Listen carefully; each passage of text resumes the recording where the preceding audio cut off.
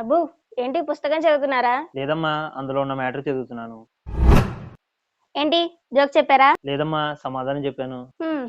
సర్లేను కానీ నాకు డౌట్ వచ్చింది. మగ్రిబ్ నమాజ్ కి ముందు 2 రకాతులు సున్నత్ చేయొచ్చా?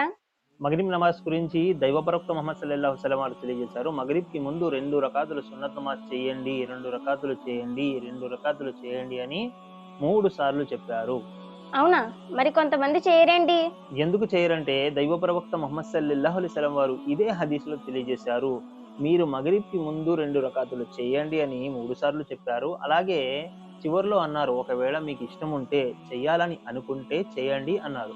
కాబట్టి కొంతమంది మానేస్తూ ఉంటారు. దీన్ని బట్టి మనకు తెలిసింది ఏమిటి? చేస్తే పుణ్యమే కానీ మానేస్తే తప్పేమీ లేదు. కొంతమంది చేస్తారు, అది కరెక్టే. కొంతమంది చదవరు, అది కరెక్టే.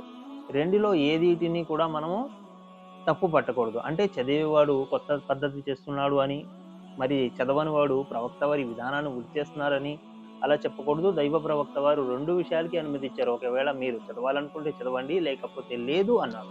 ఇది సహీహ్ అల్ బుఖారీలో వస్తుంది. మాషా అల్లా. అయితే ఈ రోజు నుంచి నేను మగరీబ్ కి ముందు 2 రకాతులు చదువుతాను.